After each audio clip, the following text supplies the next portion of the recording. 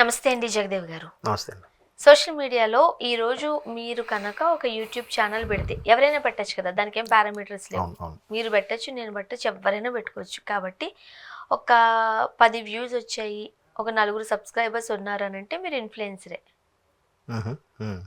అంతే, 10 వ్యూస్ 4 ఇప్పుడున్న subscribers trend ప్రకారం. ఓకే. ఓకే. ఉంటే మీరు ఒక ఇన్ఫ్లుయెన్సరే.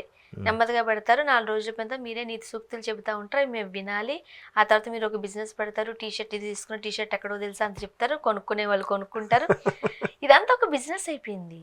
అది అందానికి కావచ్చు, వెయిట్ లాస్కి కావచ్చు, చీరలు కావచ్చు, పచ్చళ్ళు కావచ్చు, వడియాలు కావచ్చు, పెరుగు కూడాను.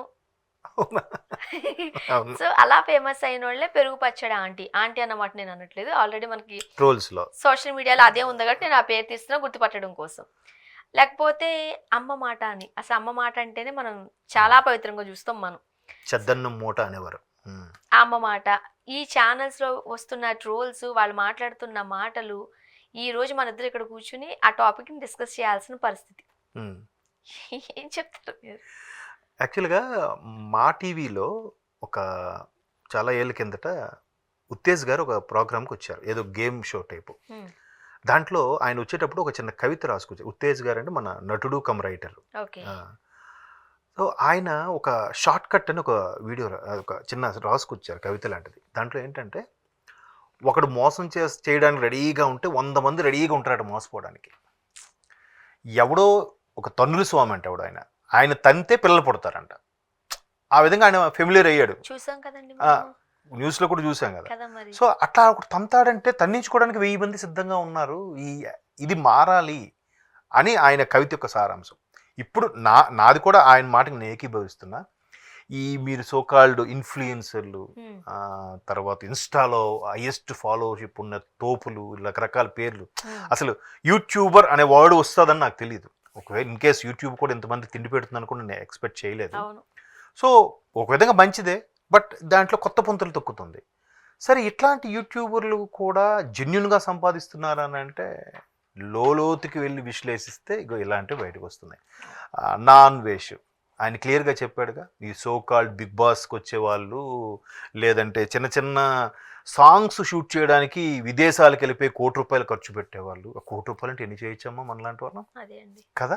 సో, మరి ఎట్లా ₹1,00,00,000 2,00,00,000 ఖర్చు పెట్టి సాంగ్స్ ఎలా షూట్ చేస్తున్నారు? వాళ్ళకున్న వ్యూవర్‌షిప్ ఎంత? పోనీ ఆ వ్యూవర్‌షిప్ ద్వారా అలా యూట్యూబ్ ద్వారా వచ్చే మనీ ఎంత అంటే మళ్ళీ ఇదే. అంటే ఎక్కడో ఎవరో ఒక పెద్దాయన చెప్పారు. వ్యాపారం అంటేనే కంపల్సరీగా మినిమమ్ 5% అయినా మోసం ఉంటుందంట. అది ఏ వ్యాపారం తీసుకున్నా. సో, 5% ఉండేదాన్ని మనం ఈ రోజుల్లో కలికాలం ప్రకారం చూస్తే అది జెన్యూన్ వ్యాపారం రా అంటున్నాం మనం. అంతే. అంటే 5 అయినా ఉంటుందంట ఖచ్చితంగా. అవును. సో, అది ఇంకా 20% ఉన్నా కూడా మనం జెన్యూన్ అనుకుంటున్నాం. అంతకు మించితే మాత్రం ఆడు మోసగాడు, అక్కడ కొనొద్దురా అని అనుకుంటున్నాం. సో, అట్లాంటి పరిస్థితుల్లో ఈ అమ్మ మాట ఆవిడ 4 మాటలు చెప్పింది, అట్రాక్ట్ అయ్యారు. 4 పూజలు చెప్పింది, ఆ విగ్రహాలు పెట్టుకుంటే బాగుంటుందో లేదా ఆ పూజ చేస్తే బాగుంటుందో అని అట్రాక్ట్ అయ్యారు. ఇంకొంచెం అంటే మన వాళ్ళు ఏంటంటే అక్కడతో ఆగరు కదా. అవును. జనరల్గా కామన్ అది. బిర్యానీ తిని ఆగిపోవచ్చు కదా, మళ్ళీ ఇంకో డిష్ ఏదో ఆర్డర్ ఇస్తాడు ఆబ్వియస్లీ. సో, ఈవిడ ఫాలో అయితే ఇది బాగున్నట్టుందే, బిర్యానీ అయిపోయాక డిజర్ట్ తినాలిగా మనం, ఐస్ క్రీమ్ ఏదో ఒకటి. What ever it maybe. So, అట్లాగా ఆవిడ చెప్పింది బాగుంది. సరే, ఆవిడ తీసుకుందాం. ఇంకా ఆవిడ కూడా బాగుంది, ఇదేదో బాగుంది, మనం చెప్తే మనం మాట్లాడుతుంటే మనం ఇక ఒక ఐటమ్ అమ్ముతుంటే క్రేజ్ వచ్చి ఇప్పుడు శంఖంలో పోస్తేనే తీర్థం అన్నట్టుగా. సో, ఆవిడ ఇచ్చేది మామూలు నీరే, బట్ శంఖంలో పోసిస్తుంది ఆవిడ. అబ్బా ఎంత బాగుందిరా తీర్థం అనాలి. నిజమే. అనకపోతే పక్కోడు ఏమనుకో, ఒకవేళ వీడికి నచ్చకపోయినా వాడేమనుకుంటాడు మొహమాటంతో, వీడు కరెక్టరా నువ్వు చెప్పింది అమ్మ మాట చాలా బాగుంది అంటాడు. సో, ఇదే అంతకుముందు అలేఖ్యా చిట్టి పికిల్స్, వాళ్ళు టూ మచ్ రేట్లు కదండి. అసలు రాద్ధాంతం ఎక్కడొచ్చింది? టూ మచ్ రేట్ల దగ్గరే. నువ్వు ఇప్పుడు ఫర్ ఎగ్జాంపుల్ మనం వెళ్తాం షాప్కి, అక్కడ కొంటాం. సార్ చాలా రేట్ చెప్తున్నా అంటే వాడు ఏమనాలి? అన్న ఆ ప్రోడక్ట్ చూడండి, మా ప్రోడక్ట్ చూడండి, ఈ సేమ్ క్వాలిటీ అక్కడ వస్తే మీరు ఫ్రీగా ఇస్తానంటాడు. ఊరికే సేమ్ ప్రోడక్టే ఇది అట్లా అంటే కూల్ చేయడానికి టాక్టిక్స్గా. నువ్వు ఎప్పుడైనా కొన్నావా? దీని ముఖం ఎప్పుడైనా చూసావా? మీరు ఇలాంటి మాటలు ఎక్కడ వింటారో తెలుసా? చెప్పనా? మీరు చెప్పండి. ఎరగడ రైతు బజార్ అంట. రోడ్డు మీద బజార్లో మనం రోడ్డు మీద ఉన్నప్పుడు కాయగూరలు కొన్నప్పుడు పావు కేజీ ₹10 ఏ ₹2 అంటే వెళ్ళవమ్మా ఆ పక్కెళ్ళి అక్కడ ఆ, చాలా తిడతారు మొన్న మనల్ని. ఒక సైకాట్రిస్ట్ నిపుణురాలు కూడా ఒక యూట్యూబ్లో చూశాను, ఆవిడ కూడా అదే చెప్తున్నారు. వాళ్ళ దగ్గరికి వాడు బెంజ్ కార్లో వచ్చినా నడుచుకొని వచ్చినా ఒకేలా ట్రీట్ చేస్తారు. అంతే. అరే బెంజ్ కార్ వచ్చి రెండు సార్ 2 రూపాయలు తీసుకోండి అని అండవు. అవును, రేటు కూడా మార్చరు. మార్చరు. 10 రూపాయలు ఇది తీసుకుంటే లేకపోతే లేదు. సర్లే వాడు చాలా చూసాం నన్ను అంటారు. అవును, తిడతారు అట్లా మనల్ని. సో అట్లాగా అలా అంటారు తప్ప ఇప్పుడు కొండ మొక్కమేనా చూసావా ఇవన్నీ పెట్టుకోరు వాళ్ళు.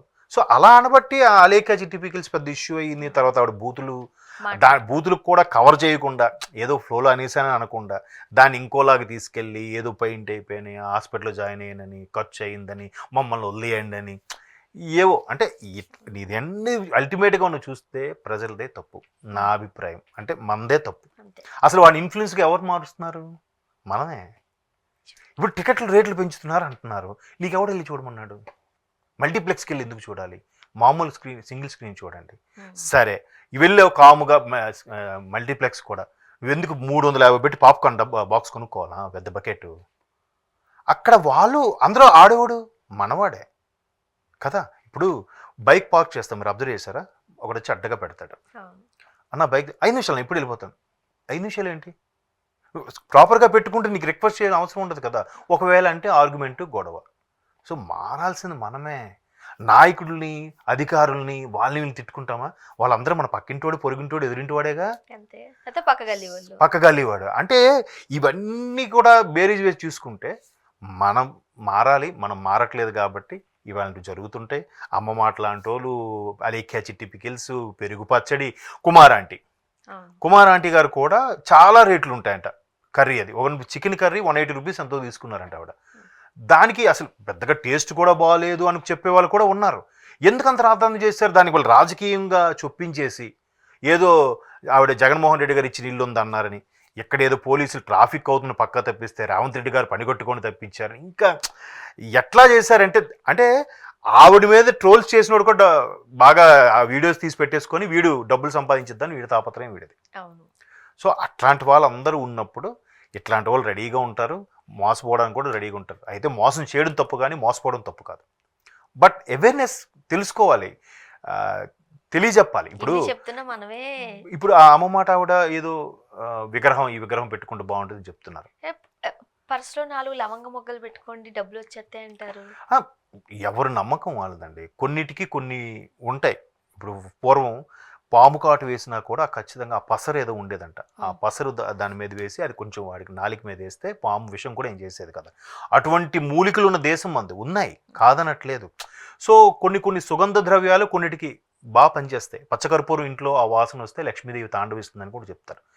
తాండవిస్తుంది లేదు పక్కన పెడితే, సైంటిఫిక్గా ఆలోచిస్తే ఆ వాసన వల్ల బ్రీతింగ్ చాలా బాగుంటుంది, మనకి ప్లెజెంట్ మైండ్ ఉంటుంది. దానివల్ల మంచి థాట్స్ వచ్చి ఆడదంతా హ్యాపీగా ఉంటాడు కదా. ఆ హ్యాపీనెస్సే కదా మనీ అంటే ఇవాళ రోజుల్లో. సో అలా కూడా అవ్వచ్చు, కానీ అలాంటి సింపుల్గా ఏమైనా చేయండి. అంతేగాని మీరు ఈ పూజ చేస్తే 50,000 పెడితే హోమం చేస్తే మీద పంపించండి, అది వద్దు. ఇప్పుడు మీరు నమ్ముతారు లేదో, ఖైరతాబాద్ గణేష్ ఉందా, దానికి డొనేషన్స్ ఇస్తుంటారా? దానికి కూడా ఒక డూప్లికేట్ సైట్లు వచ్చేసాయి, ఖైరతాబాద్ గణేష్ డొనేషన్ ఇవ్వాలంటే ఇవ్వచ్చని. అలాంటిది ఇంక క్షేత్రాలకు ఎన్ని ఉంటాయి చూసుకోండి, పుణ్యక్షేత్రాలు. సో మోసపోతూనే ఉంటాం, మనమే మోసపోతూ ఉంటాం, ఏం చెప్తాం. మన ఫ్రెండ్సే తీసుకుంటారు, ఇవ్వరు. వాడు ఇవ్వలేదా, తప్పించుకోవాలని ఇవ్వలేదా, కావాలి మనం టార్గెట్ చేసి మోసం చేసి ఇవ్వకూడదని ఫిక్స్ అయ్యే ఎవరు, అది అర్థం అవడానికి మనకు టైం పడుతుంది, 1-2 months పడుతుంది. అది మీ ఓన్ ఎక్స్పీరియన్స్. ఒక్కొక్కరు ఎక్స్పీరియన్స్ ఒకలా ఉంటుంది. నాకు ఒకడు జాబ్ చేపిస్తామని కూడా ఇలాగే చేయించాడు. వాడు చేసేవాడేమో, ఇప్పుడు పరిస్థితులు చూస్తే అలా లేవు, తప్పించుకు తిరుగుతున్నాడు. చాలా ఏం చేయలేము. మళ్ళీ మనం అనుకున్నట్టు విధిరాత, కర్మ అంతే. థ్యాంక్ యూ అండి.